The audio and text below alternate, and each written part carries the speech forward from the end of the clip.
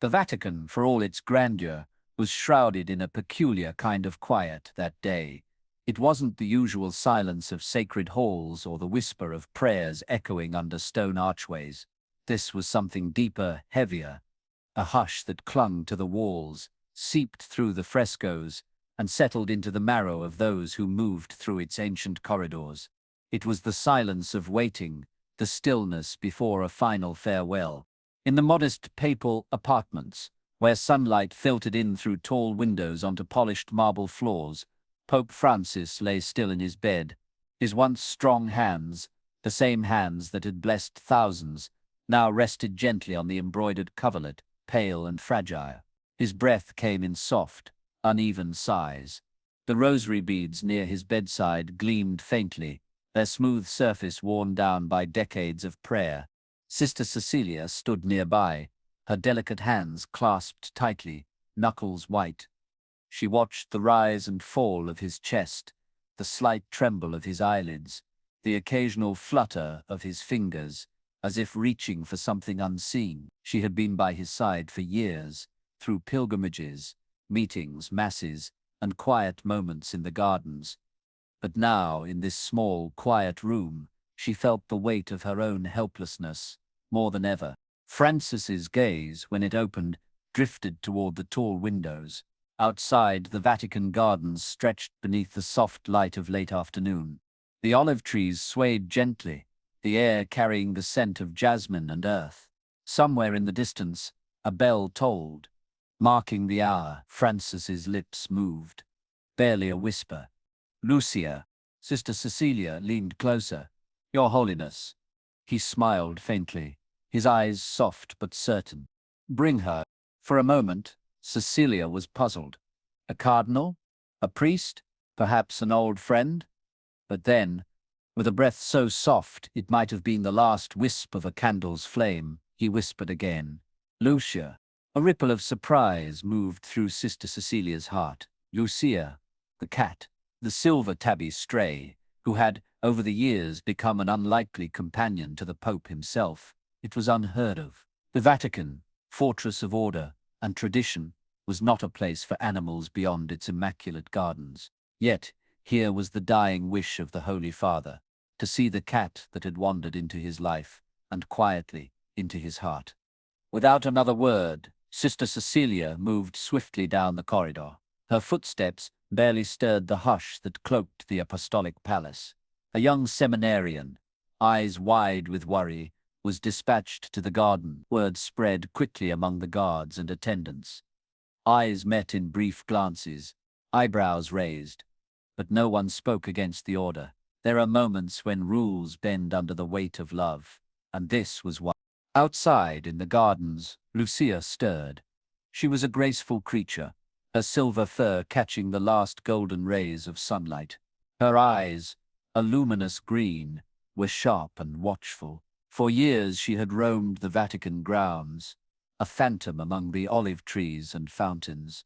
At first, she had kept her distance, a shadow among the hedges, but over time the quiet presence of Pope Francis on his morning walks had coaxed her from hiding. She had come to sit near his bench, to brush her sleek body against his robes, to curl at his feet as he prayed. Lucia lifted her head, ears twitching, as if sensing the shift in the air. The young seminarian approached cautiously, his voice soft, almost reverent. But Lucia needed no summoning. As though she understood, she rose on silent paws, tail high, and moved toward the palace. The guards at the entrance, the stoic Swiss guard in their vivid uniforms, did not block her way.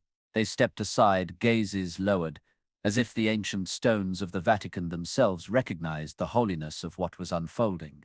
Inside, Lucia's soft footfalls made almost no sound on the marble floors. She moved with the quiet elegance of her kind, weaving through the vast corridors, past portraits and statues, past doorways where attendants paused in their duties to watch her passage. Some crossed themselves, others simply stood, eyes wide as the cat padded through, unbothered by protocol or hierarchy. In the Pope's chamber, Sister Cecilia watched as the cat approached the threshold. For a heartbeat, Lucia paused, green eyes wide, whiskers quivering. Then, with the grace of a creature born to slip between the edges of things, she leapt lightly onto the bed.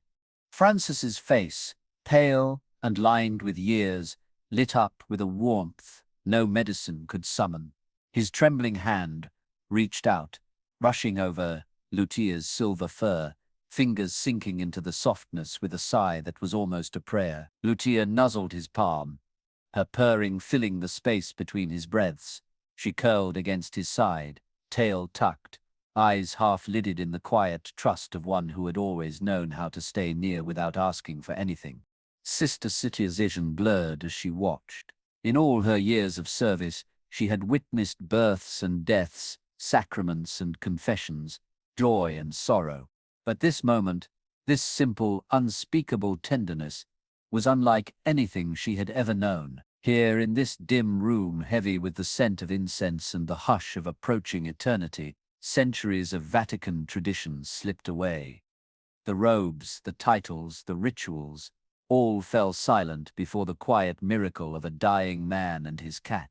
The Pope's voice, faint as a thread of breath, murmured, "There you are, Lucia." His fingers lingered in her fur.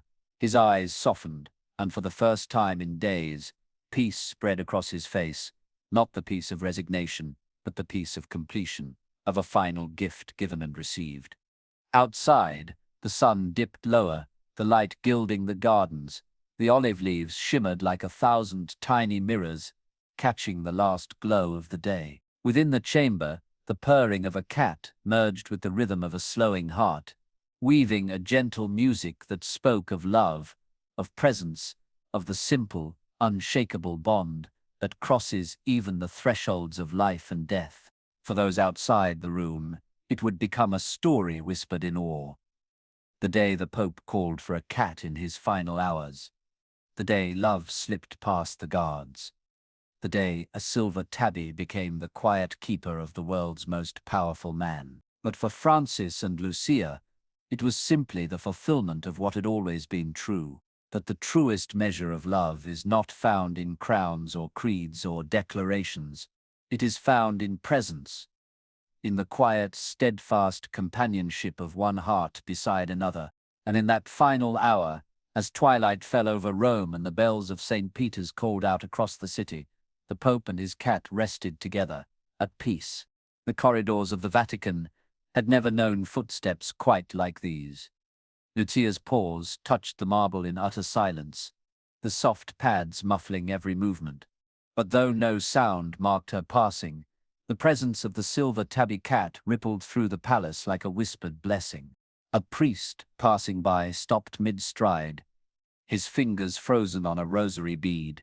A young nun paused at the edge of the hallway, her hand pressed lightly to her chest. Even the Swiss guards, trained to stand like statues, let their eyes follow the slender figure as it moved through the halls that had seen centuries of cardinals, kings, and pilgrims, but never this.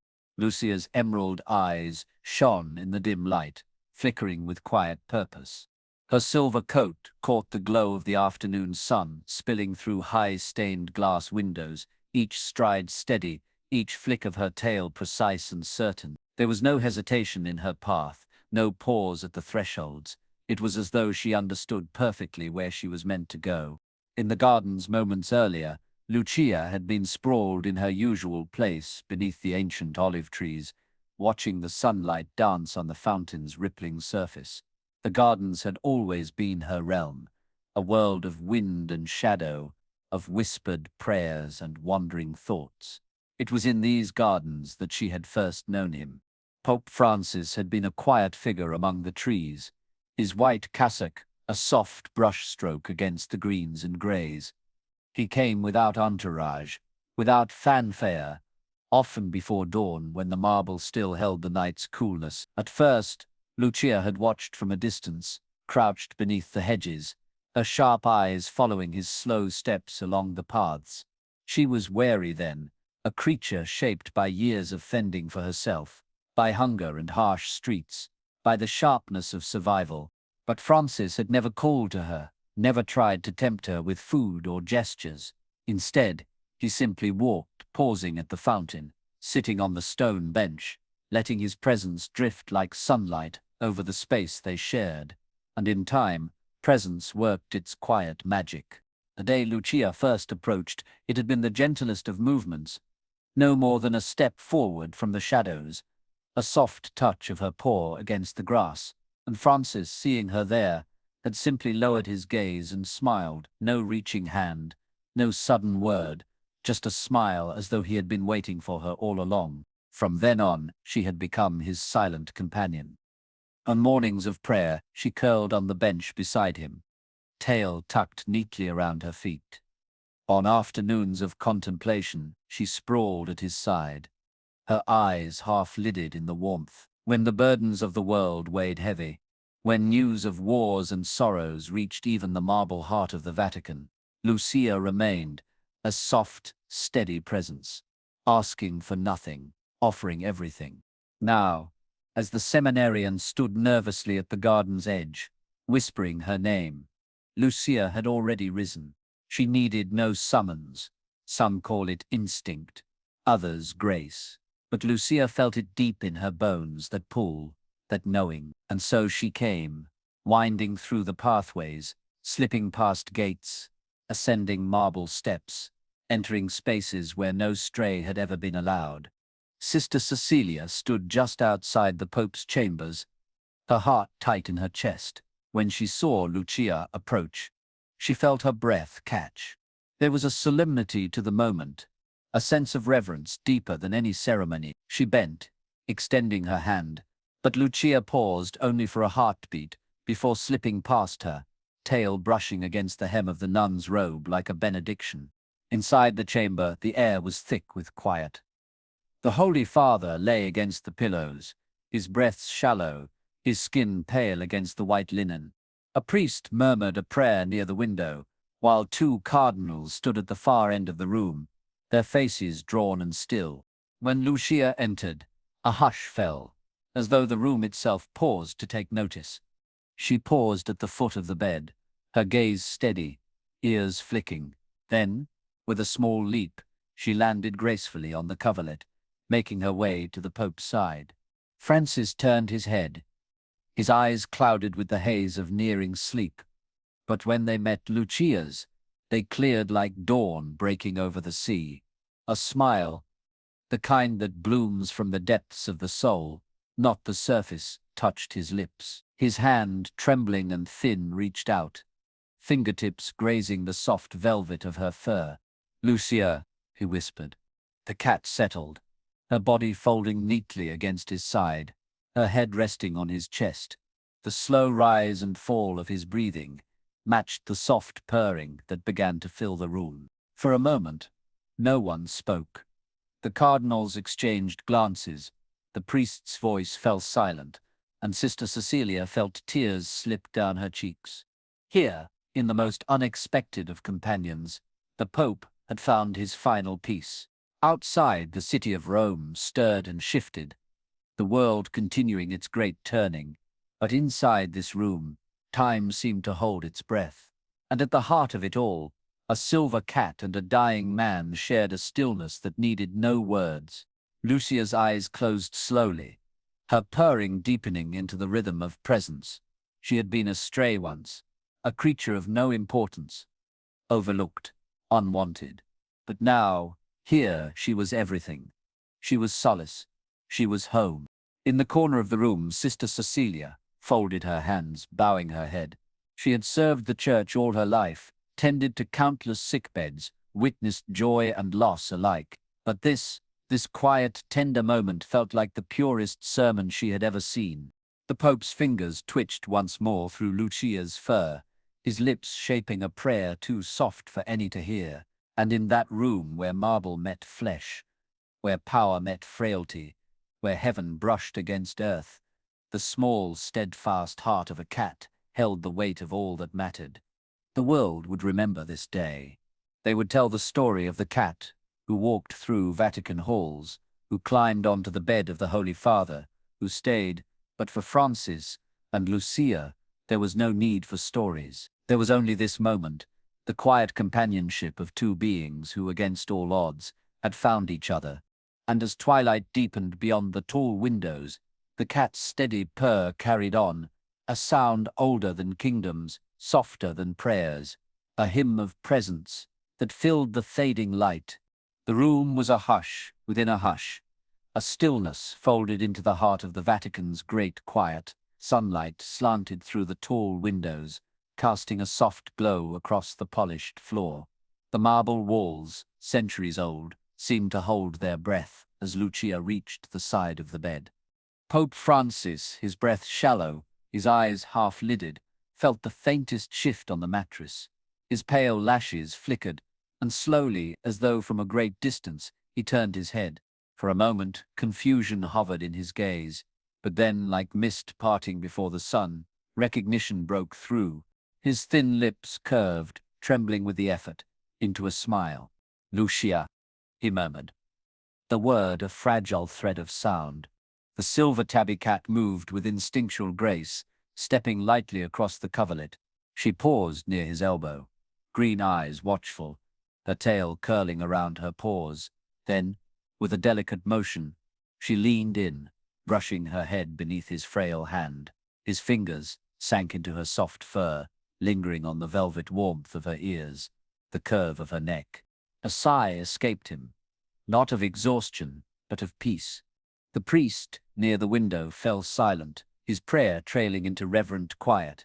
The two cardinals at the foot of the bed lowered their heads, their hands folding into stillness, and Sister Cecilia, watching from the doorway, felt a tear slip unchecked down her cheek. She clasped her hands to her chest, feeling her own heart ache and swell in the presence of something too simple and too profound for words.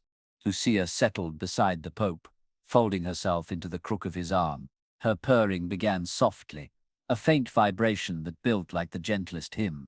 The sound filled the room, touching every corner, weaving between the breaths, the shadows, the fading heartbeat. Francis turned his head slightly, his cheek brushing against Lucia's fur. His lips moved, shaping words only she could hear. Perhaps a blessing, perhaps a prayer, perhaps a memory. The cat's green eyes softened, her body perfectly still, except for the rhythmic lift and fall of her sides. Outside, the bells of St. Peter's tolled the hour, their chime deep and measured. The sound drifted through the window like a blessing, like the echo of time moving on. Sister Cecilia had served through countless vigils, at the bedsides of the sick, the dying, the lonely. She had seen last rites delivered with solemn grace, seen the peace of sacraments offered in fading moments. But this was something entirely different. It was not ceremony, it was not doctrine. It was love, laid bare in its most tender form. She remembered the first time she had seen Lucia appear in the gardens months ago. A thin, ragged cat then, ribs sharp under her coat, eyes wary of every motion. Many in the Vatican had shooed her away, seeing only a stray, an inconvenience. But not Francis. He had paused mid-walk, his white cassock bright among the olive trees, and crouched slowly to the ground. He did not call, did not coax. He simply waited, and when Lucia, cautious and trembling, had crept forward to sniff his fingers, he had smiled as though welcoming a long-lost friend. In time, the cat's presence had become as constant as the Pope himself. Wherever Francis went in the gardens, Lucia was there, a silent shadow by his side, a gentle companion beneath his bench. The gardeners began leaving scraps of food beneath the hedges. The guards learned to walk carefully near the fountains. And Francis, whenever he sat in thought or prayer, would reach down, absent-mindedly stroking the soft curve of Lucia's back, as though drawing strength from the quiet connection. Now, at the last, she was here again. Lucia's purring deepened, the steady rise and fall of her breath, matching the Pope's own. His fingers moved slowly through her fur, each motion filled with a kind of reverence, as though he were feeling the living heartbeat of creation itself. His lips moved again, shaping words that Sister Cecilia strained to hear. "You stayed." Lucia's eyes half closed in contentment. The cardinals exchanged a glance. their eyes reflecting something like wonder. They had spent their lives in the service of faith, surrounded by the rituals of the church, the grandeur of cathedrals, the complexity of doctrine. But here, in this simple communion between man and cat, they glimpsed something elemental, a love that needed no explanation, no defense. As the light in the room shifted, lengthening across the walls, Sister Cecilia moved quietly forward. She adjusted the pillows beneath Francis's head, smoothing the covers with gentle fingers. The Pope's eyes fluttered open, meeting hers, and in that brief exchange, no words were needed. She smiled softly, and he answered with the faintest lift at the corners of his mouth. Lucia shifted only once, lifting her head to nuzzle Francis's cheek before curling back into place, her tail wrapping lightly over his wrist. There are bonds the world overlooks, the unnoticed threads that tie one soul to another, often without words, without promises. In this room, under the watchful eyes of saints, carved in stone, amid the relics of centuries, the most profound connection was not spoken from the pulpit. It was lived in this moment, a quiet heart, a soft body, a purring presence that asked for nothing but gave everything. Outside, the last light of day slipped across the rooftops of Rome. The city below bustled on. Cars moved through narrow streets. Tourists hurried over cobblestones, and the world spun forward, unaware of the miracle unfolding in one quiet room. But inside, the Pope rested, and at his side, Lucia stayed. As the hour deepened toward twilight, the quiet of the chamber seemed to grow luminous. The Pope's breath softened, his fingers still against silver fur. His heart, which had carried the weight of nations and the prayers of millions, beat now in simple companionship. In the end, it was not the crown or the crozier, not the mitre or the throne that mattered. It was this, the love that stays, the presence that holds, the humble, ordinary grace of being seen and cherished. Lucia blinked slowly, the movement of her eyelids as graceful as a benediction. She pressed herself closer, her body curved around the fragile warmth of the man beside her, and in that moment, the walls of the Vatican seemed to fade, the centuries fell silent, and all that remained was love, steady, small, and immortal. Long before this final hour, before the Vatican grew hushed with waiting, and before the olive trees cast their long shadows over the gardens, there was a beginning, quiet, almost unnoticeable, like the softest ripple on still water. Lucia had been nothing then, or rather, she had been nothing in the eyes of most. A silver tabby stray, thin and wary, with ribs sharp under a mottled coat, she had slipped through the edges of the Vatican gardens like a shadow. She was a creature of alleyways and narrow streets, of discarded scraps and wary glances, a life shaped by hunger and survival. Rome was full of strays, and Lucia was just one more, a pair of green eyes flashing from behind a hedge, a darting figure disappearing into the shadows when footsteps approached. But there was something about the Vatican gardens that held her. Perhaps it was the silence, the rare peace in a city bustling with motion. Perhaps it was the cool marble and the warmth of the sun on stone. Or perhaps, even from the beginning, it was the quiet presence of the man in white, who walked those paths in the early morning before the palace awoke.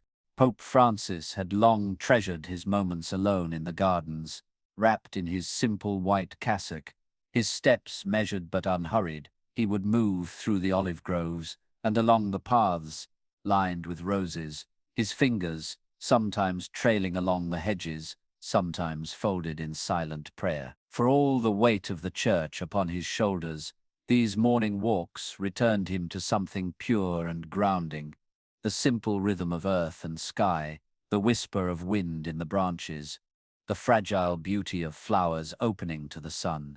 And it was here, in this quiet world apart from the grandeur of ceremony, that he first saw Lucia. He noticed her in the pale dawn, a slender form crouched beneath a hydrangea bush, eyes wide and alert, ears flattened, ready to flee at the slightest misstep.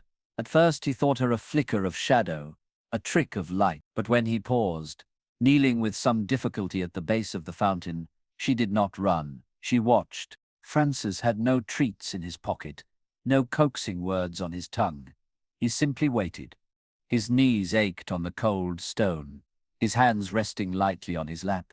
The birds chattered softly in the trees overhead, and the garden breathed around them. For long minutes, nothing moved, until at last the cat's nose lifted, her body stretched, and with a delicate, cautious step, she crept forward. She did not come close, not yet, but she lingered at the edge of the path, her green eyes fixed on him. Francis smiled, the lines of his face softening, and whispered, not words of command, but of welcome. You have not been forgotten. When he rose and continued his walk, he left a small piece of bread on the stone ledge. When he glanced back once, Lucia was there, nibbling cautiously, her thin body shivering with suspicion and longing. And so it began. Day after day, Francis returned to the garden.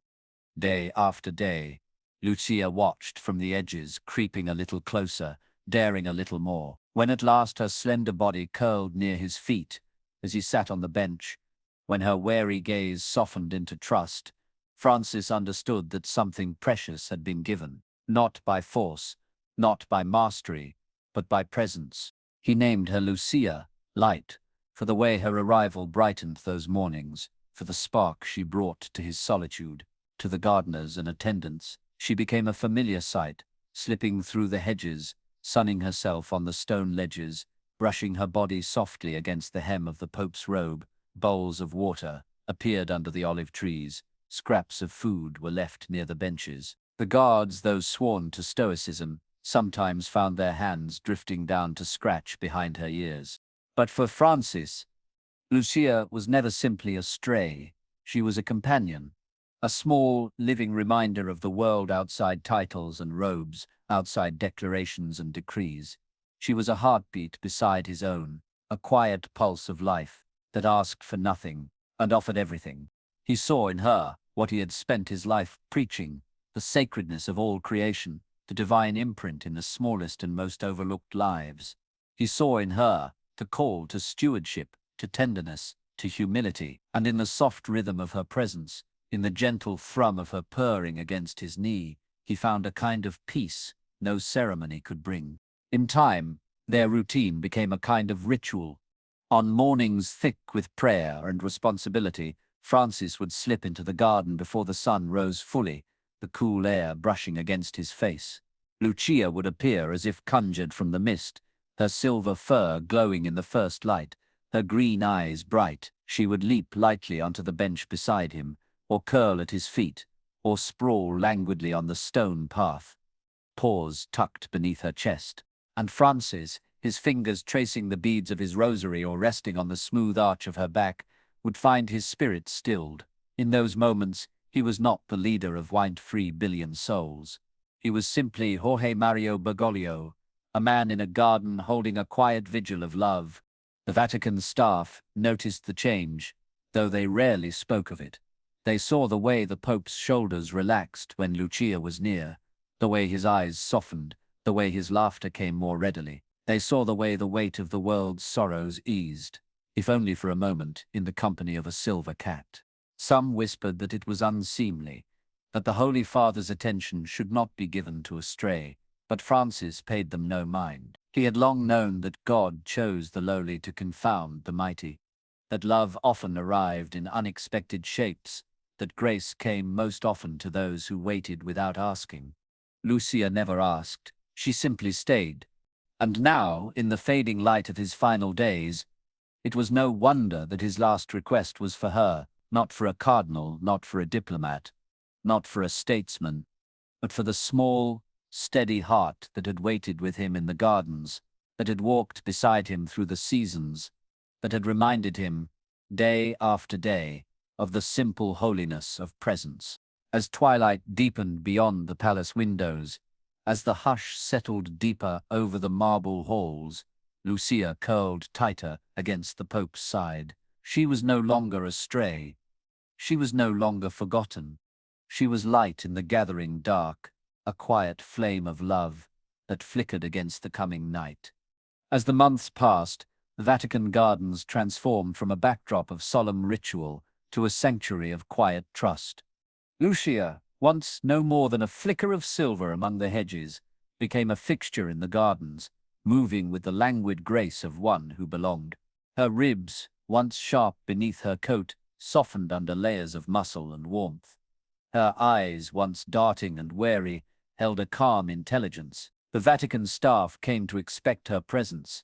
The gardeners left water bowls under the benches. The attendants sometimes slipped small morsels of chicken or fish near her favorite spots, and the guards, those stewards of discipline, learned to walk softly where she rested. But for Pope Francis, Lucia was never just a pet, or even a companion. She was a living parable, a sermon without words. In the cool mornings he would make his way down the paths in his white cassock, the hem brushing softly against the grass. Sometimes his fingers would play absent-mindedly along his rosary. Other times his hands remained open, empty, as though ready to receive whatever grace the morning offered. Lucia would rise from her resting place as he approached, stretching each long limb, her back arching like a delicate bow. She would trot alongside him, tail lifted, or leap ahead onto his bench, waiting for him to sit. On many days, they sat together beneath the olive trees, Pope and cat, old man and once wild stray. Francis would close his eyes, leaning slightly back, his breathing even and slow.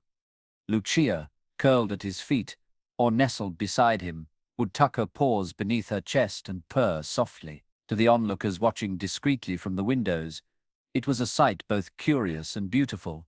The leader of the Catholic Church, sovereign of a tiny city-state, sitting in stillness with a cat as his only company. But to Francis, those were the most sacred moments of all. He knew that the world outside the walls was full of noise, of demands, of constant need. Headlines waited, nations petitioned, the poor cried out for justice, and yet here, in the garden, in the company of a humble creature, he found the simplicity that his heart longed for.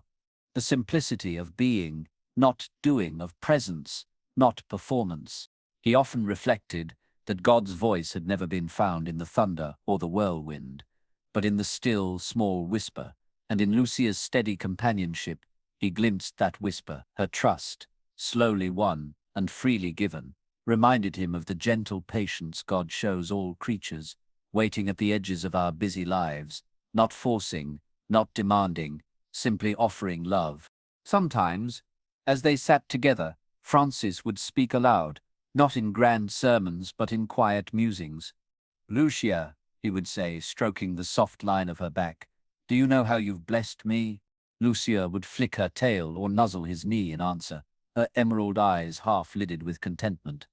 "You remind me," he'd continue, voice low and thoughtful, "that we are not loved for what we achieve, not for our titles or our triumphs. We are loved because we exist, because we breathe, because we belong."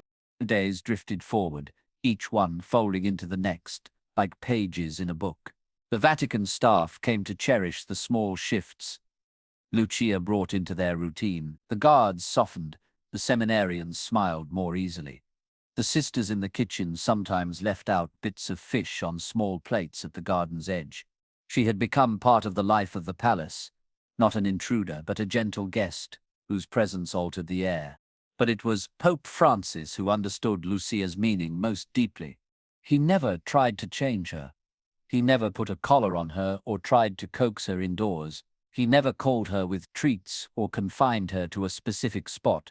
She came because she chose to come.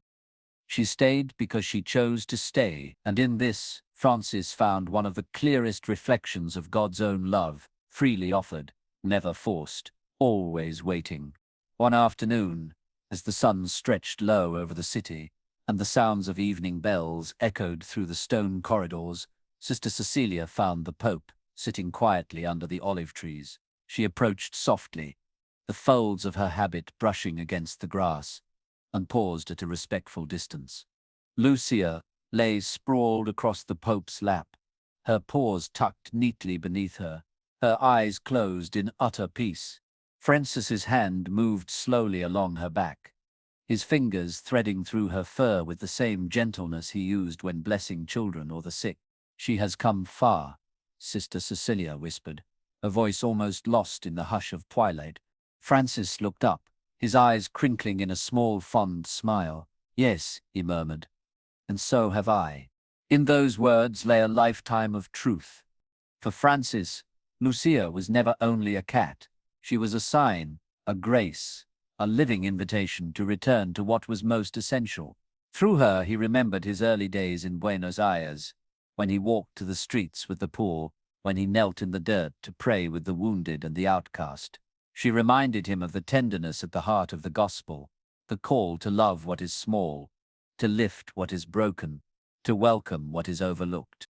And so, morning after morning, afternoon after afternoon, they continued their quiet ritual, the Pope and his cat, sitting together in the garden, while the world spun busily beyond the walls. As Francis's health began to falter, as his steps grew slower and his breath shorter, Lucia's devotion never wavered. On the days he remained inside, she waited near the doorway. On the days he ventured into the gardens, she followed close, careful and watchful. And when he sank onto the bench with a weary sigh, she leapt beside him, her silver body a warm weight against his frail frame. He often whispered to her then, words half prayer, half confession. "You remind me, little one, of what heaven must be like, simple, quiet, full of love." And Lucia, with all the mystery and wisdom of her kind, would answer not with words, but with the steady thrum of her purring, a sound deeper and truer than speech. In the great halls of the Vatican, where marble pillars, stretched toward heaven and golden frescoes, shimmered beneath candlelight, theology was often a matter of words. Scholars debated, cardinals counseled, priests and teachers shaped doctrine that would ripple across centuries. But outside those halls, beneath the sheltering branches of ancient olive trees, theology took on a quieter, humbler form. Pope Francis understood this better than most. With Lucia resting against his side, her silver coat glinting in the sunlight, he often felt that the truest sermons were not those he spoke from balconies or pulpits, but those lived out in the silent presence of a small, devoted creature. In her watchfulness, her steadfastness, her calm willingness to sit beside him without demand or expectation, Lucia taught him a lesson that theologians spent lifetimes trying to capture: presence, not dominance, not spectacle, not achievement, simply presence. Francis often reflected on this in his private prayers. He would lift his rosary beads, fingers moving across the cool stones, and whisper, "Thank you, Lord, for showing yourself in the lowliest of places." Lucia, as if sensing his heart, would shift slightly, pressing herself more firmly against his leg, the vibration of her purr deepening into a soft, steady rhythm. For centuries, the Church had been a force of power and tradition, its leaders robed in splendor, its rituals choreographed with precision. But Francis Jorge Mario Bergoglio from Buenos Aires had always been drawn to the margins, to the wounded and forgotten, to the street corners and back alleys where life unfolded unadorned. Lucia reminded him of those places. Her presence was a small rebellion against the idea that worth was measured by pedigree or purpose. She was not useful in any grand sense. She was not a guard or a symbol or a figurehead.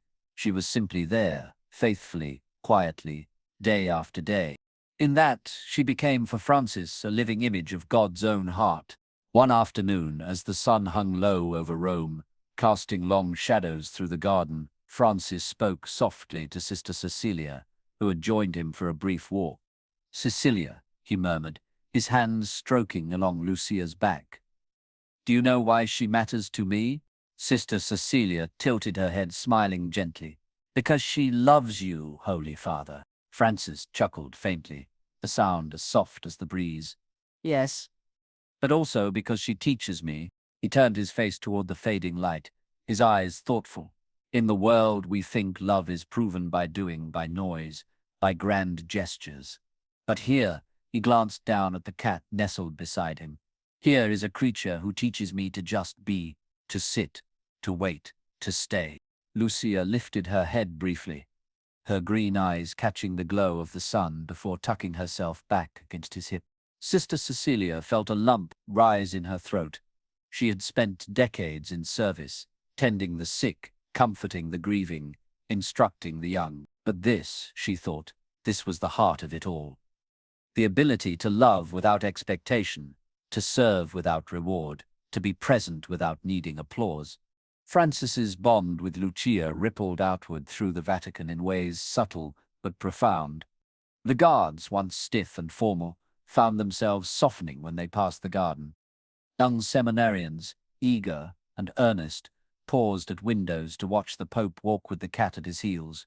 Even the hardened bureaucrats, burdened with matters of state and diplomacy, occasionally lingered in the corridors, their eyes drawn to the quiet companionship unfolding beyond the stone arches. Lucia became a living parable of the Pope's message. It was not the polished words of his encyclicals, not the sweeping declarations or diplomatic gestures that touched people most deeply. It was the sight of a frail old man in a simple white robe, kneeling to stroke the back of a cat no one else had wanted. It was a gospel without words, a theology without pages. Francis often quoted the words of Saint Francis of Assisi, his namesake: preach the gospel at all times. When necessary, use words. In Lucia, he saw those words come to life. Here was a creature without speech, without reason, without agenda, and yet, by her mere presence, she preached love, faithfulness, and quiet grace. As Francis's health began to waver, as his steps grew slower and his hands shook slightly at morning mass, Lucia remained a constant. She walked beside him on days when his legs trembled. She waited near the chapel door when he prayed. She watched over him from her place on the window ledge when he conferred with his advisers. She was a silent sentinel, a reminder that even the most powerful need comfort, that even the mightiest need gentleness, and Francis, in turn, gave her something rare and precious: his attention. He never hurried her. He never commanded her.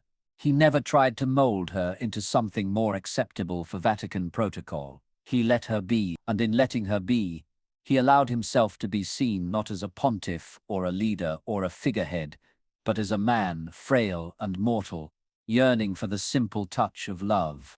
It was, Francis often mused, what God had done for humanity from the beginning, not controlling, not forcing, not manipulating, simply being in the garden, beneath the rustling leaves, under skies streaked with light and shadow. Francis and Lucia sat together, a small, imperfect mirror of divine love. And as the seasons turned, as autumn crept into the olive groves and winter whispered at the edges of the marble walls, their bond only deepened. The world outside the Vatican clamored for attention. News outlets speculated on the Pope's health. Diplomats arrived in black cars. Emissaries delivered urgent messages. But inside the garden, none of that mattered. What mattered was the feel of fur beneath a trembling hand, the sound of purring in the stillness, the hush of two hearts, side by side. In those moments, Francis knew that all his teachings, all his writings, all his sermons could be distilled into this love. A love that stays, a love that watches, a love that holds steady when the world shifts and crumbles. He often found himself whispering into Lucia's fur, words half prayer, half confession. We complicate things, don't we, little one? We dress love in so many robes, but you remind me of its true shape. Lucia would lift her head, her green eyes shining, and press her face against his chest as if to answer, yes. The Vatican gardens had always been sacred ground. Long before Lucia appeared, they were a place of peace and retreat, a world apart from the grandeur of St. Peter's Basilica and the marble corridors of the Apostolic Palace. Within these gardens, rows of ancient olive trees whispered secrets to the wind, fountains sang quiet songs, and flowers unfolded their petals to the sun, as though creation itself were at prayer. It was here that Francis felt closest to the heart of God. Long before he was Pope, long before white robes and titles, Jorge Mario Bergoglio had known the god of the streets, the god found in alleyways, in hospital wards, in soup kitchens, but in these gardens he rediscovered the god of Eden, the god who walked in the cool of the day among creation, who delighted not in spectacle, but in presence, in the sheer miracle of life itself. And beside him in that rediscovery was Lucia.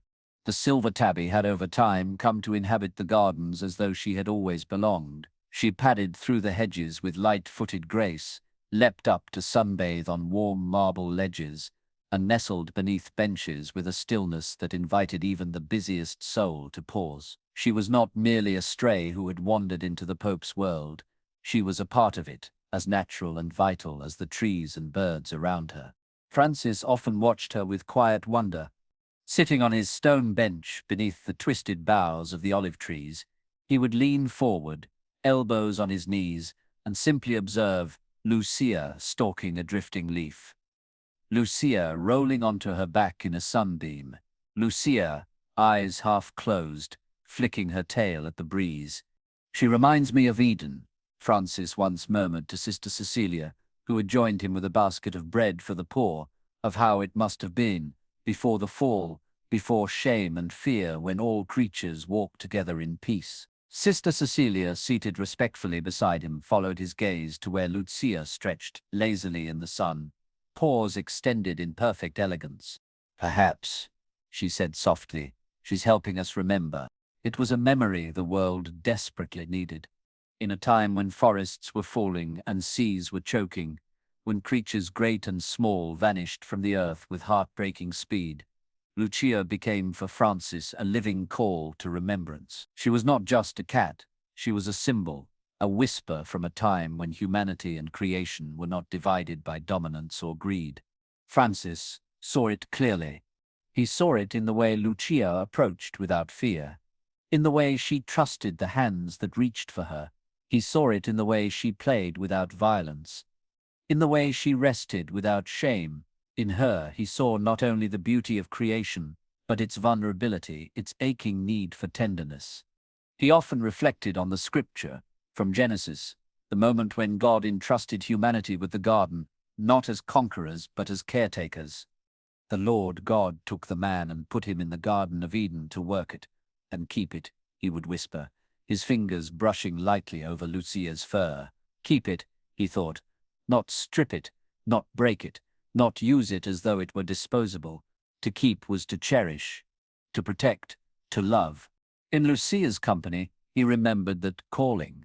She had no voice to speak, no language to pray, yet in the way she lay curled against his side, in the flicker of her ears as the wind stirred, in the patient way she waited when his steps faltered, she became a kind of liturgy, a prayer offered not in words, but in being.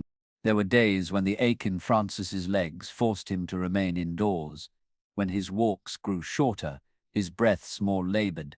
Yet even then, Lucia was there. She would appear at the doorway, sitting like a sentry just outside his study, or leap lightly onto the windowsill, where the sun poured in. Sometimes she would pace softly by his chair, her green eyes lifting toward his face, as if to say, "I am here." Francis, weary but smiling, would reach down, his trembling fingers resting in her fur. "You remind me," he would murmur, "of what matters most." In the Vatican, where stone walls echoed with centuries of debate and doctrine, it was this simple truth that moved the Pope's heart. All the eloquence of councils, all the volumes of theology, all the majesty of the liturgy, they all pointed to something Lucia embodied effortlessly: the sacredness of relationship. Not ownership, not mastery, not conquest, but companionship. When visitors came, they were often surprised to find the Pope speaking of his cat. Diplomats arrived with weighty concerns. Bishops came with urgent reports. Pilgrims traveled across the world to hear his blessing, and yet again and again Francis would return to the subject of creation. The trees, the skies, the smallest creatures under heaven. "I have learned much from her," he once told a visiting cardinal. "She has taught me to listen." The cardinal, puzzled, asked what he meant. "To listen," Francis explained softly, not to words but to presence, to the language of stillness, to the voice of God speaking through the simplest of companions. Lucia's presence rippled beyond the gardens. The staff found themselves quieter, more reflective. The gardeners tended the grounds with gentler hands. Even the Swiss guards, standing sentry at the gates, sometimes watched the cat's light-footed passage, with a smile that softened their rigid posture. In this small creature, a thread of Eden had woven its way back into the world. And for Francis, that thread became his prayer. He prayed for a world that remembered its first calling, not to dominate but to care, not to consume but to cherish. He prayed for the forests, for the oceans, for the creatures without voice or power. He prayed that humanity would learn again to walk gently upon the earth. And always, as he prayed, Lucia remained at his side, her presence as steady as breath, as unassuming as grace. In those moments when the sun dipped low and the olive trees cast long shadows, when the bustle of Rome faded into evening hush, the Pope and his cat sat together as though time itself had softened. And in the hush beyond words, the garden became a sanctuary of trust, a place where man and creature dwelled in the echo of Eden, and where for a little while the world was made whole again. Winter crept slowly into Rome, brushing the gardens with a pale chill, scattering the last golden leaves across the stone paths. The Vatican seemed to hold its breath as the days shortened, and the air thickened with the quiet murmur of anticipation, not for celebration, but for farewell. Inside the palace walls, Pope Francis's health faltered. His steps, once deliberate and steady, now wavered. His voice, once strong and warm, softened into a near whisper. On many mornings he could no longer rise to walk the gardens he loved, to feel the sun on his face, or hear the fountain's song. And yet, as though she sensed the shift before anyone spoke of it aloud, Lucia remained. The silver tabby cat became his constant shadow. When the Pope moved through his chambers, leaning on a carved cane, Lucia padded beside him, her green eyes flicking up to watch his every movement. When he sat in his chair by the window, gazing out over the rooftops of Rome, she leapt lightly onto his lap, curling into the curve of his arm, as though she had always belonged there. On days when his strength failed completely, when he lay in bed with the rosary clutched loosely in his fingers, Lucia stretched herself along his side, her small, steady heartbeat pressed close to his own. The Vatican staff watched in quiet amazement. Sister Cecilia often found herself pausing in the doorway, her hands clasped tightly against her chest as she watched the two of them together. She had seen many vigils in her years of service, families gathered around bedsides, prayers whispered in chapels, tears shed in the stillness of night. But this was something different, something deeper. This was not the vigil of duty. This was the vigil of love. Lucia stayed, not because she was called, but because she chose to stay. There was no command, no expectation, no promise of reward. She stayed because her heart told her to, and in that, Sister Cecilia saw reflected the very heart of the gospel. The love that endures when all else falls away. The love that kneels beside suffering without flinching. As the weeks passed, word of the Pope's declining health drifted through the Vatican like the soft fall of snow. Cardinals arrived, their faces solemn emissaries sent letters of concern. Prayers were offered in chapels across the world. But inside the papal apartment there was no ceremony, no pageantry. There was only the quiet companionship of a man and his cat. Francis often spoke to Lucia in these final days, his voice faint but steady. "You've been faithful, little one," he would whisper, his fingers brushing through her silver fur. "You've shown me how to stay." Lucia would press her head into his hand, purring softly, as if to say, "I am here." On some mornings, when the sun broke through the winter clouds and cast its golden light across the marble floors, Francis would smile faintly, lifting his hand to touch Lucia's ear. "You remind me," he murmured, "that God's love is never loud. It's gentle, patient, like you." The world outside hurried forward, as it always does. Rome bustled with holiday preparations. The church navigated the countless affairs of its vast flock. Newspapers printed speculation about the Pope's condition, yet in the rooms where Francis rested, time slowed to the rhythm of breath and purring, to the sacred stillness of waiting. For those who witnessed it, the sisters, the priests, the guards who peeked in from the doorways, it was a lesson they would carry for the rest of their lives. They saw that greatness was not in crowns or robes or declarations. It was in presence. It was in the soft padding of Lucia's paws across the floor. It was in the way she waited at the door when the Pope's attendants entered, in the way she leapt onto his bed without hesitation, in the way she curled herself into the hollow of his arm, as if to shield him from the cold gathering at the edges of the world. Francis's final homily, it seemed, was preached without a single word spoken to the crowds. It was preached in the quiet companionship of an old man and a cat. On one particular evening, as twilight draped its violet veil over the city, Sister Cecilia entered the Pope's chambers carrying a small lamp. She paused at the threshold, eyes softening. Francis lay resting, his breath faint but steady. Lucia was curled on his chest, her chin tucked near his heart, her green eyes blinking slowly. Francis's hand rested on her back, his fingers barely moving, the touch so light it might have been only a memory. As Sister Cecilia stepped forward, Francis opened his eyes and offered her a small, tired smile. "She has stayed," he whispered. The nun, her throat tightening, nodded. "Yes, Holy Father, she has stayed." Outside, the bells of St. Peter's rang the evening hour, their deep voices echoing across the rooftops. Inside, Lucia closed her eyes, her body rising and falling with the rhythm of Francis's breath. Sister Cecilia knelt at the foot of the bed and bowed her head, tears slipping down her cheeks. She did not pray aloud. There was no need. The prayer was already in the room, woven into every soft purr, every shallow breath, every heartbeat shared between Pope and cat. The days continued in this quiet way. There were no grand farewells, no dramatic speeches, no final proclamations. There was only the quiet hush of love enduring, love that stayed when it would have been easier to slip away. In the end, it was Lucia who became the Pope's last and most faithful disciple.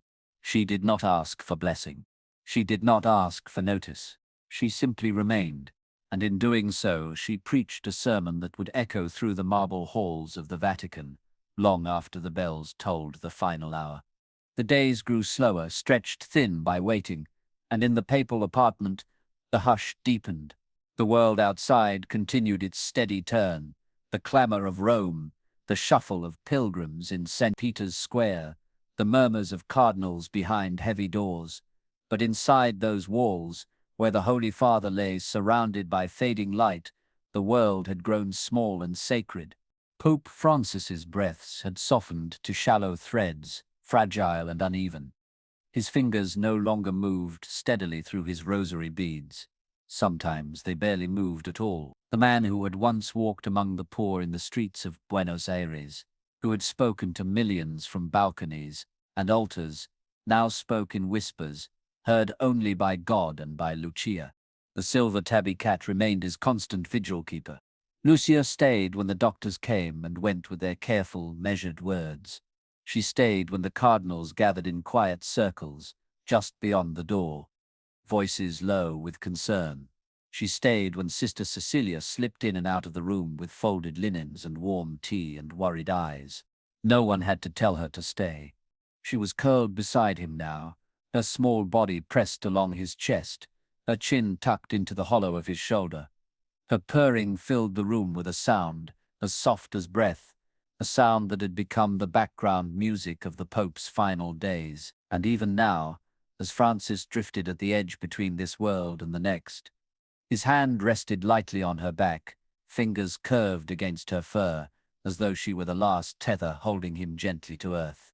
Outside the window, the sky blushed into evening, streaked with the gold and violet of a Roman winter dusk. The bells of St. Peter's tolled, the sound that had marked countless hours of prayer, but tonight it rang like a heartbeat slowing at last to rest. In the corner of the room, Sister Cecilia knelt in prayer. She had long ago stopped trying to hold back her tears. She let them fall quietly, her lips moving in whispered petitions. "Lord, carry your servant home," she breathed. "Carry him in peace." But her eyes, when they lifted, turned again and again to the quiet figure curled on the Pope's chest, the little creature who had stayed, unfailing and unafraid when even the bravest hearts faltered. It was then, in that fragile hour between light and dark, that Francis stirred. His eyelids fluttered, a faint smile ghosting across his lips. His fingers, thin and trembling, moved just once, brushing softly along Lucia's fur. "You stayed," he murmured, the words so faint they seemed more memory than sound. Lucia's ears flicked, her green eyes blinking open. She lifted her head slightly, pressing it under his chin with delicate, instinctive grace. Her purr deepened, a vibration felt as much as heard, and for one long moment, the hush in the room was filled with a hymn no choir had ever rehearsed, the hymn of presence. No declarations were made, no final addresses were delivered. No grand gestures or ceremonial farewells marked the moment. Instead, there was the warm weight of a cat on a frail chest, the quiet thrum of a purr beneath a faltering heart, and the slow, sweet surrender of a soul slipping gently into God's embrace. For all the centuries of the Vatican's majesty, for all its relics and treasures and sweeping histories, it was this moment, tender, ordinary, and unspeakably holy, that would linger in the memory of all who were near. Lucia remained. She stayed when Francis's breathing slowed to a whisper. She stayed when his eyes drifted closed, lashes trembling once before stilling. She stayed when the hand resting on her back fell weightless, empty of all but love. And when the last breath left his body, it was met with the soft rise and fall of hers, the quiet promise of a presence that did not falter. Outside, the bells tolled again, their deep voices rippling across the rooftops of Rome, into the square across the world. News spread like wind. The Holy Father had passed. The Pope was gone. The Church entered a time of mourning. But within the small room, where the final hours had unfolded, there was no great commotion. There was only Lucia, curled like a silver flame atop the man she had chosen. For hours she did not move. Even when the sisters came, their hands trembling as they adjusted the sheets, even when the cardinals gathered at the door with bowed heads, even when the cameras and reporters swelled outside the gates, still Lucia stayed. Sister Cecilia watched, her throat tight with wonder and grief. "She teaches us," she whispered to a young priest who stood weeping beside her. "She teaches us what it means to love." The priest, tears shining in his eyes, could only nod, gazing at the sight before him. Later, when the Vatican's official pronouncements were made, when the tributes poured in from around the world, when headlines mourned the loss of a shepherd and the faithful gathered to pray, there was one story that quietly stole its way into hearts far beyond Rome. It was not the story of a pope's final address or his last public appearance.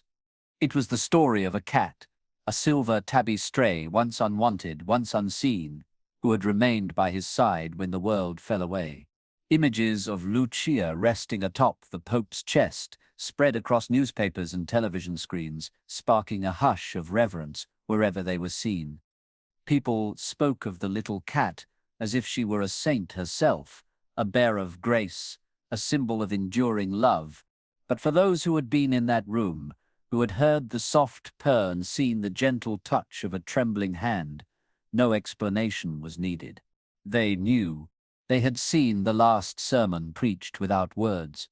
They had witnessed love in its most powerful form, the kind that stays, the kind that waits, the kind that gives without asking. It was the sermon that Francis had spent his life proclaiming, that the measure of love is not in grand gestures, not in fame or acclaim, but in the quiet, steady choice to be present, to show up, to stay. Lucia, in her small, fierce devotion, had become the Pope's final and most beautiful witness.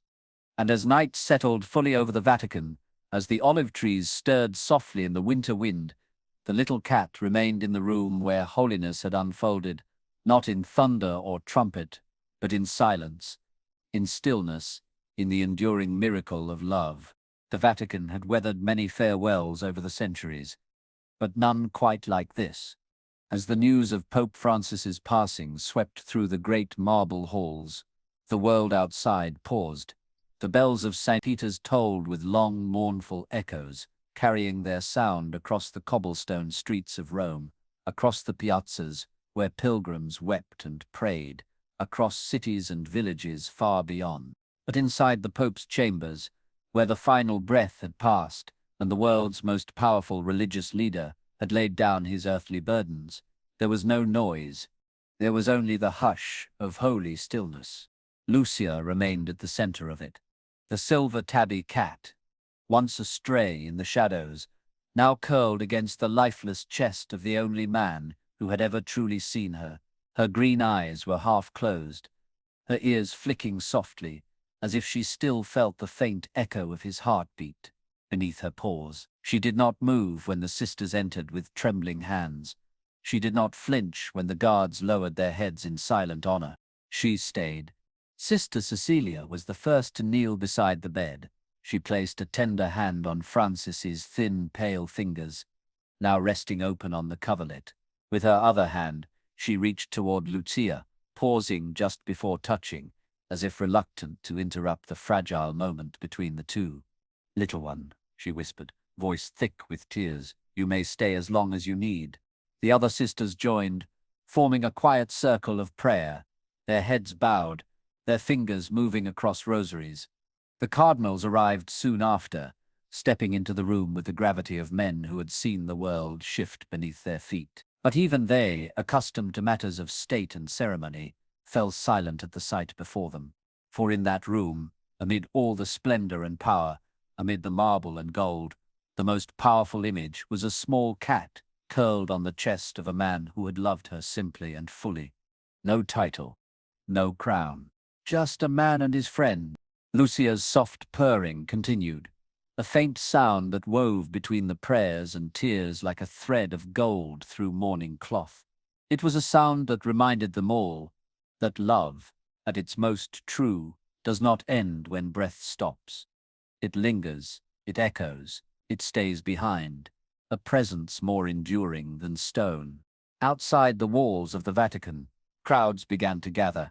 Candles flickered to life in trembling hands, flowers piled at the gates. From balconies and windows, voices rose in hymns that drifted upward into the cold winter night. The world was mourning a shepherd, a father, a servant of God. But within the Pope's room, where Lucia lay, the grief was not public. It was private. It was intimate. It was the kind of mourning that needs no words, no camera, no crowd. Francis's legacy was already being written, in headlines, in declarations, in the sweeping language of history. But his truest legacy, the one that would quietly outlast the grand pronouncements, was pressed into the silver fur of a cat who had learned that love could be trusted, that gentleness could heal, that presence could transform even the loneliest heart. Lucia's presence became a living symbol in the days that followed. The Vatican staff, accustomed to centuries of procedure, found themselves rearranging their movements to accommodate the cat's silent vigil. The sisters left the door ajar so she could come and go. The guards allowed her to slip past them, tail held high, as if she were the rightful guardian of the late Pope's memory. She came not for spectacle. She came not for duty. She came because her heart told her to. And in that choice, repeated day after day, hour after hour, she offered the world a final sermon, not in words, but in life. Visitors who arrived to pay respects, diplomats and cardinals alike, were caught off guard by the sight of her. Some wept, some knelt, some simply stood, hats pressed to their chests, as if recognizing that they were in the presence of something holy. Sister Cecilia, quietly tending to the room's stillness, understood what was happening. She understood that Lucia was not just a cat in mourning. She was a witness. She was the embodiment of the Pope's most profound message, that love must be gentle, love must be patient, love must stay. In moments when grief threatened to swallow her, Cecilia found herself watching the cat, taking comfort in the steady rhythm of her presence. "Teach us," she would whisper under her breath, her eyes glistening. "Teach us how to love like that." At night, when the crowds outside fell to murmurs, when the Vatican lights dimmed and the city's heartbeat slowed, Lucia remained. She lay on the windowsill, watching the moon rise over the ancient city. She paced softly at the edge of the Pope's bed, her paws making no sound on the marble floor. She curled again on the empty mattress, pressing herself into the place where his warmth had been. The staff, watching from the doorway, felt their own hearts ache at the sight, but they did not disturb her. They understood. For love like hers, there was no need for interruption. And so, the days passed. And as they passed, Lucia became not only a cat in mourning, but a quiet messenger. She reminded those who entered the room that holiness is not only found in altars or relics or robes. It is found in presence. It is found in staying when it would be easier to walk away. It is found in curling close to the broken-hearted, in resting your small, fierce heart against theirs, and simply remaining. In time, the Vatican would move forward. A new pope would be chosen. The bells would ring in a new chapter. But those who had witnessed those final days, who had heard the hymn of Lucia's purrs beneath the prayers, who had seen the quiet devotion of a creature many had once ignored, they would carry something deeper into the rest of their lives. They would carry the memory of the last living sermon of Pope Francis, a sermon of presence, a sermon of love, a sermon preached not in words, but in the quiet companionship of a silver tabby cat and a dying man whose heart, even at the end, had been wide enough to welcome her in. The morning after Pope Francis's passing, the Vatican woke under a heavy, quiet sky. Clouds hung low over Rome, softening the sun into a pale blur, casting a hush over the streets where pilgrims gathered at the gates. Inside the Vatican, footsteps softened, voices lowered, and the great marble halls carried an unfamiliar stillness, as though even the stone itself was grieving. But in the Pope's chambers, the center of the world's mourning was not found in thrones or vestments. It was found in a silver tabby cat who refused to leave. Lucia remained on the bed, her body curled tightly where Francis's warmth had last been. Her green eyes blinked slowly, her ears flicking at every sound from the hallway, but her paws never left the folds of the linen, and her breath rose and fell in a quiet rhythm against the sheets. Sister Cecilia entered first, the soft rustle of her black habit brushing the floor as she approached. She paused at the edge of the bed, kneeling beside it with a reverence usually reserved for the Eucharist. "Lucia," she whispered, her voice trembling. "He is gone, little one."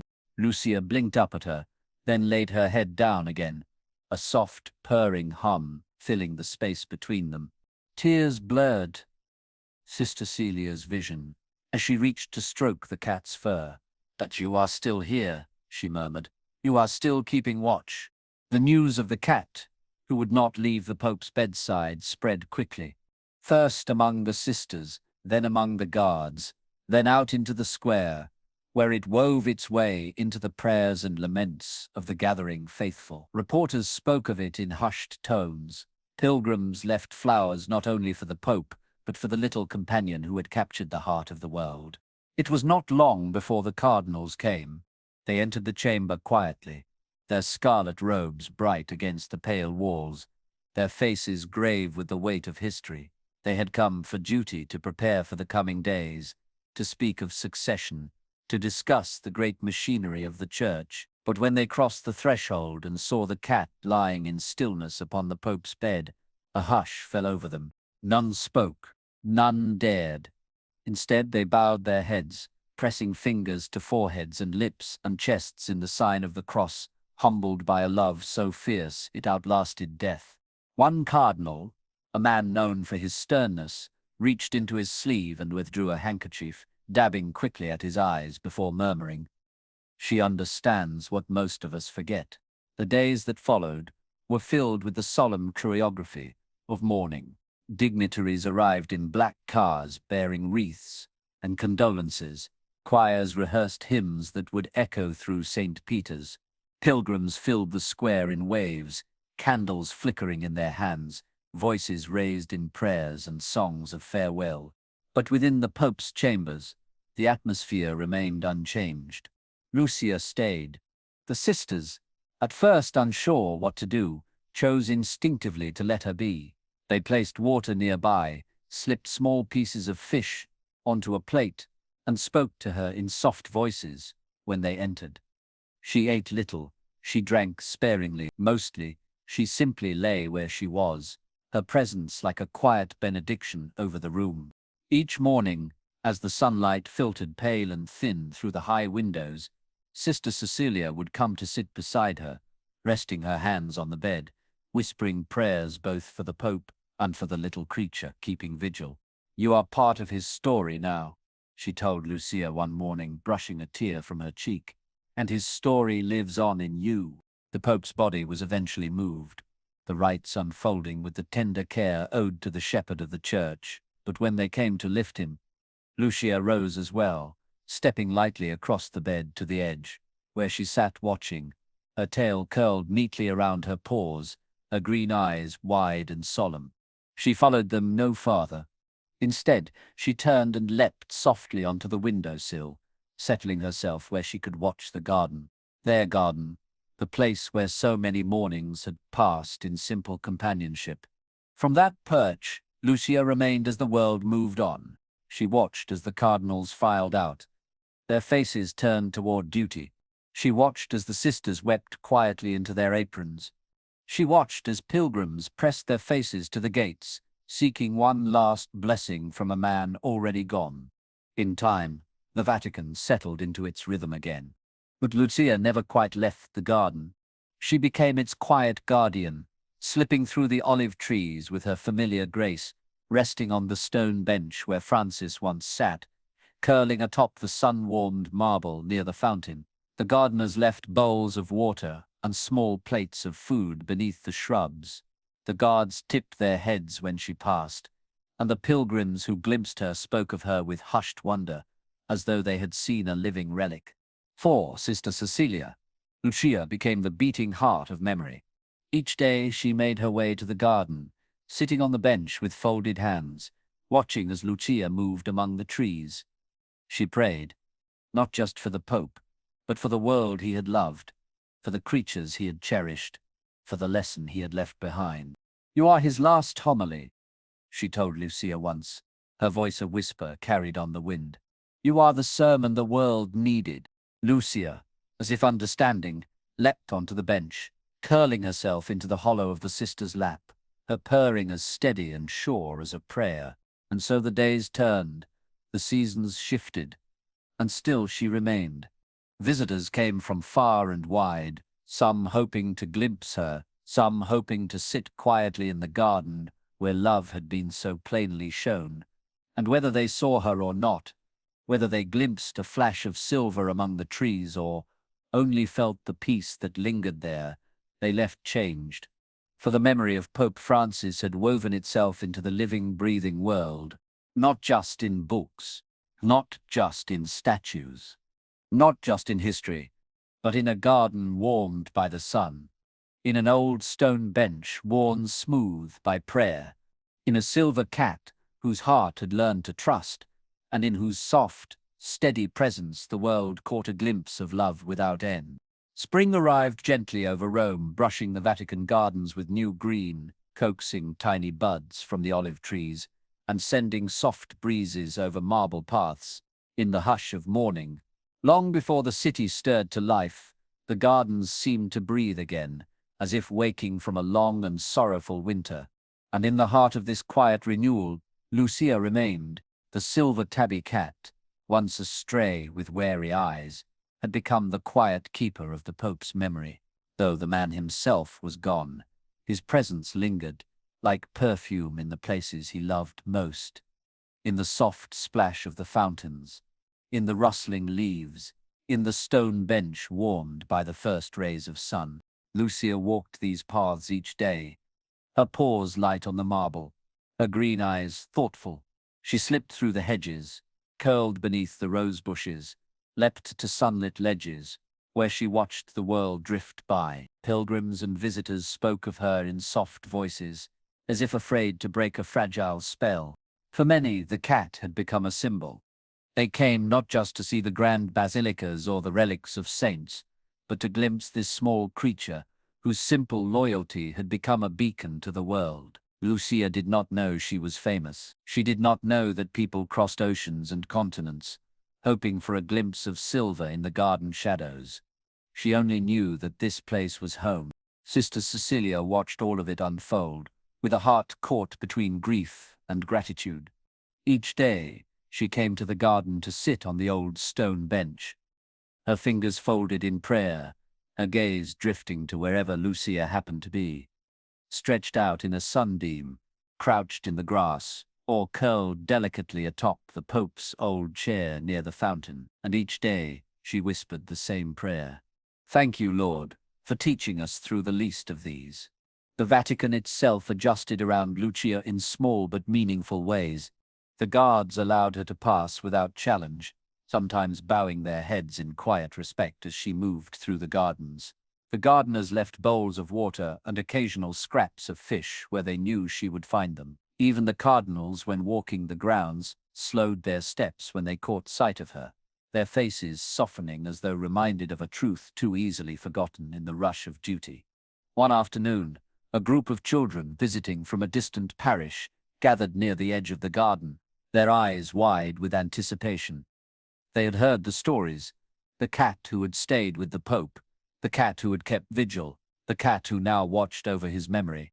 Lucia approached without fear, weaving between their small feet, lifting her face to their tentative hands. Sister Cecilia watched from a distance, smiling as laughter rippled through the group. She saw the children kneel to stroke Lucia's fur, saw the wonder on their faces, saw the way even the shyest among them reached out, drawn by something as old as time. Later, as the children prepared to leave, their teacher knelt beside them and murmured, "Remember, little ones, this is love, to stay, to watch, to keep another's heart safe." And so the lessons spread, not in sermons, not in books, but in the soft brush of fur against a hand, in the quiet purr of trust, in the presence of a cat who had chosen to remain when all others had gone. Lucia's life unfolded without fanfare, yet through her the Pope's last and most profound teaching was passed on, that greatness is found not in power, but in tenderness, not in spectacle, but in quiet faithfulness, not in declarations, but in presence. Seasons turned. A new Pope was chosen, his voice rising from the balcony to bless the crowds. The great machine of the church moved forward, as it always does, but in the garden beneath the olive trees, time flowed slower, softer, gentler. Lucia remained. She remained as a living memory of the man who had offered her trust without demand, love without condition. She remained as a reminder to the busy and the weary, the faithful and the lost, that sometimes the purest form of love is simply to stay. Sister Cecilia often wondered, as she watched Lucia watching the sky, what the cat remembered. Did she remember the old man's hand stroking her back? Did she remember the sound of his voice, the hush of his prayer, the way he whispered her name with such quiet joy? Did she remember the final days, when the garden fell silent and the world's eyes turned inward? Perhaps. Or perhaps, like all creatures of the earth, Lucia simply carried the memory in her bones, a memory beyond words, beyond reason, beyond grief. One evening, as the sun dipped low and the sky softened to gold, Sister Cecilia sat on the bench, her hands resting lightly in her lap. Lucia leapt up beside her, curling into a small, warm circle at her side. For a long time, they sat together, watching the light fade. At last, Sister Cecilia spoke, her voice almost too soft for the evening breeze to carry. "Thank you, little one," she whispered, "for showing us how to love him well, for showing us how to carry him forward." Lucia lifted her head slightly, her green eyes shining, before tucking herself back into sleep. That night, beneath the hush of stars, the garden held its quiet vigil, not in sorrow, not in loss, but in the steady, enduring truth that love never ends. And so it was that long after the bells stopped tolling, long after the crowds drifted away, long after history folded this chapter into its pages, the Pope's greatest legacy remained not in marble or manuscript, but in a silver tabby cat who walked the paths of a quiet garden, keeping watch.